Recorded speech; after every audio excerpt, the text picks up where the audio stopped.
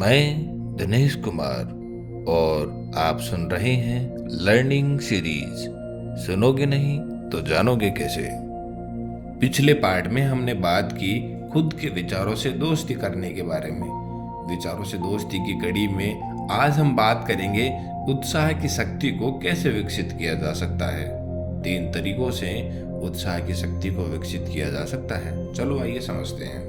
पहला, गहराई में जाइए। यह छोटा सा प्रयोग करें। 2 ऐसी चीजों के बारे में सोचें जिनमें आपकी बिल्कुल भी रुचि नहीं है या बहुत कम रुचि है। जैसे कोई फसल, गेम या जानवर के बारे में सोच सकते हैं। अब खुद से सवाल में इन चीजों के बारे में पूछें कि मैं इनके बारे में कितना जानता हूँ। आपका सवाल होगा, ज्यादा नहीं जानता हूँ। उत्साहित होने के लिए चीजों के बारे में ज्यादा जानिए जिनके बारे में आपके अंदर कम उत्साह हो सकता है कि आपको कीटों में रुचि ना हो। एक कीट होता है लेडी बर्ड बिटल, जिसका आप अध्ययन करें। यह पता करें कि यह कीट कैसे किसानों की भलाई करता है, किस तरह से प्रजनन करता है। अगर आप इसके बारे में मिलने वाली सारी जानकारी हासिल करें तो आप पाएंगे कि लेडी बर्ड बिटल कीट में आपकी दिलचस्पी बढ़ गई है। दूसरे लोगों में अपना उत्साह बढ़ाने के लिए भी गहराई में जाने की तकनीक का प्रयोग करें। सामने वाले व्यक्ति के बारे में सारी जानकारी एकत्रित करें, जैसे वह क्या करता है, उसका परिवार, उसका बैकग्राउंड, उसके विचार और महत्वाकांक्षाएं। आप पाएंगे कि उसमें आपकी रुचि और उत्साह बढ़ रहा है। आप और गहराई में जाएंगे तो आपको निश्चित रूप से कॉमन इंटरेस्ट के सब्जेक्ट मिल जाएंगे।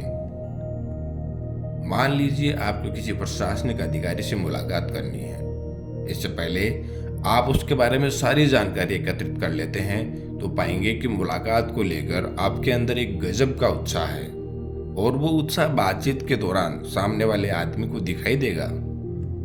भारत में आज करोड़ों लोग शेयर बाजार में पैसा निवेश कर रहे हैं। बहुत लोग ऐसे भी हैं जिन्हें स्टॉक मार्केट में रुचि नहीं है। ऐसा इसलिए क्योंकि उन्हें शेयर बाजार का कोई ज्ञान नहीं है कि यह किस तरह से काम करता है, शेयर के भाव ऊपर नीचे क्यों आते हैं। लेकिन जो लोग इसके बारे में जानते हैं उनके अंदर गजब का उत्साह होता है। वे इसे रोमांच की तरह लेते हैं। अगर आप भी शेयर बाजार की गहराई में जाएंगे तो आपके अंदर भी उत्साह पैदा हो जाएगा। तो दोस्तों, अगली बार जब भी कोई ऐसा काम करें जो आप नहीं करना चाहते हो तो इस सिद्धांत का प्रयोग करें। आप किसी काम से बोर हो जाएं तो आप इस सिद्धांत का प्रयोग करें। जैसे ही आप गहराई में जाएंगे तो आपकी रुचि और उत्साह अपने आप जाग जाएगा। दूसरा, हर काम दिल से करें। उत्साह या उत्साह की कमी आपके हर काम में दिखती है। जब किसी के साथ हाथ मिलाएं तो कसकर और दिल से मिलाएं। अपने हाथ को सामने वाले से ये कहने दे कि आपसे मिलकर खुशी हुई या मैं आपसे दोबारा मिलकर खुश हुआ। दिल से मुस्कुराएं, अपनी आंखों से मुस्कुराएं। कोई भी नकली चिपकी हुई रबड़ जैसी मुस्कुराहट को पसंद नहीं करता है। जब मुस्कुराएं तो सामने वाले को दिखना चाहिए कि आप मुस्कुरा रहे हैं। हो सकता है आपके दांत आकर्षक नहीं हो, लेकिन इससे कोई फर्क नहीं पड़ता। लोग आपके दांत नहीं देखते, वे गर्मजोशी से भरे उत्साही व्यक्तित्व को देखते हैं और उसे पसंद करते हैं। दिल से धन्यवाद कीजिए। रूटीन का धन्यवाद केवल एक मशीनी अंदाज है। यह सिर्फ एक अभिव्यक्ति है। धन्यवाद को इस तरह कहें कि सामने वाले को लगे कि यह वास्तव में आभार व्यक्त कर रहा है। आप धन्यवाद बोलो तो उसको सुनाई दें, बहुत बहुत धन्यवाद। दिल से बात कीजिए। क्या आप किसी को बधाई सचमुच उत्साह से देते हैं या दिल से बात करते हैं? जब आप किसी से पूछते हैं आप कैसे हो, तो क्या आप सचमुच जानना चाहते हैं? जब आप अपने शब्दों में भावनाओं का रंग भर देते हैं तो लोग आपकी बातें ध्यान से सुनने लगते हैं और आपको महत्व देने लगते हैं। लोग उस आदमी के पीछे जाते हैं जो अपनी कही हुई बातों पर यकीन करता है। इसीलिए जो भी बात करें पूरी गहराई के साथ दिल से करें। आप जब किसी बात को दिल से बोलते हैं तो आपके अंदर भी जोश भर लेते हैं।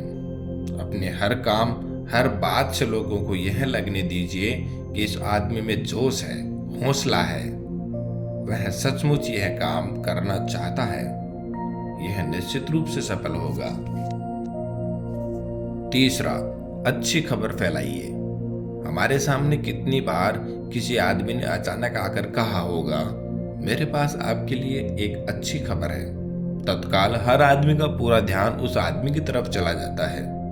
अच्छी खबर से केवल ध्यान ही आकर्षित नहीं होता है, लोग खुश भी होते हैं। अच्छी खबर से उत्साह विकसित होता है। वहीं मेडिकल एक्सपर्ट्स का कहना है कि खुश रहने से पाचन तंत्र भी ठीक रहता है। हालांकि ये बात अलग है कि आज के समय में बुरी खबर सुनाने वाले लोग ज्यादा हैं। अपने परिवार में दिन भर की अच्छी घटनाओं के साथ सुखद और रोचक अनुभव सुनाए। बुरी खबरों से आपका परिवार नर्वस होने के साथ ही वह चिंतित हो जाएगा। इससे परिवार में एक नकारात्मक सा माहौल पैदा हो जाएगा। आपने एक छोटे बच्चे को देखा होगा कि कई बार चलते हुए गिर जाता है। उसे तब तक कोई खास दर्द नहीं होता है जब तक कोई उसे ये नहीं बताए कि तुम गिर गए हो, तुम्हें चोट तो नहीं आई। चोट लगने से होने वाले इन्फेक्शन के बारे में बताकर बच्चे का और खुद का मूड खराब कर लेते हैं। आप कैसा महसूस करते हैं, इस बारे में भी अच्छी खबर सुनाएं। मुझे बहुत अच्छा लग रहा है, यह कहने वाले व्यक्ति बने। हर मौके पर ऐसा कहने से आपको सचमुच अच्छा लगने लगेगा। इसी तरह लोगों को आप ये बताएंगे कि मुझे बहुत बुरा लग रहा है, तो आपको सचमुच बहुत बुरा लगने लगेगा। हम कैसा महसूस करते हैं, ये काफी हद तक अपने विचारों पर निर्भर करता है। एक बात हमेशा याद रखें, सभी लोग उत्साही व्यक्तियों को पसंद करते हैं। शिकायत करने वाले और आधा मुर्दा या बुझे हुए लोगों के पास कोई रहना पसंद नहीं करता है। अपने साथ काम करने वाले लोगों को अच्छी खबरें सुनाएं। हर मौके पर उनकी तारीफ कर उत्साह बढ़ाते रहें। कंपनी के सकारात्मक कामों के बारे में उन्हें बताएं। उनकी समस्याएं सुने, उनकी मदद करने की कोशिश करें। लोगों की मदद करें और उनका सहयोग हासिल करें। उनके अच्छे काम के लिए उनकी पीठ थपथपाएं। उन्हें बताएं कि आपको उन पर और उनकी क्षमताओं पर भरोसा है। चिंता करने वालों की चिंता कम करने की कोशिश करें। वो कहते हैं ना कि मुश्किल परिस्थितियों में कोई ये कहने वाला मिल जाए कि तू चिंता मत कर, मैं हूं ना, मिलकर कोई रास्ता निकालते हैं। आप ऐसा करके सामने वाले में सकारात्मक ऊर्जा भर देते हैं और दिमाग का आधा भार कम हो जाता है। अपने विचार और व्यक्तित्व को समझने के लिए हर दिन एक छोटा सा प्रयोग करें। जब आप किसी व्यक्ति से मिलने के बाद विदा लें तो खुद से एक सवाल पूछें, क्या मेरे बात करने से आदमी का मूड पहले से बेहतर हुआ? अगर आपके बात करने से किसी का मूड बेहतर हो जाता है तो आप वाकई में एक मैग्नेटिक पर्सनालिटी है जो लोगों को अपनी ओर आकर्षित करता है। जैसे स्वामी विवेकानंद थे, वे अपने विचार और बात रखने के तरीके व सहयोग की भावना से हर किसी को अपना मुरीद बना लेते थे। लोगों के साथ उनकी रुचि के अनुसार आशावादी बात करनी चाहिए। आपका ऐसा रवैया ही आपको महत्वपूर्ण बनाता है। सबसे बड़ी बात ये कि महत्वपूर्ण बनने की लालसा ही आपको सफलता की ओर ले जाती है। तो दोस्तों, विचारों से दोस्ती की कड़ी में आज इतना ही। लर्निंग सीरीज की अगली कड़ी में फिर मिलेंगे। Okay, good bye.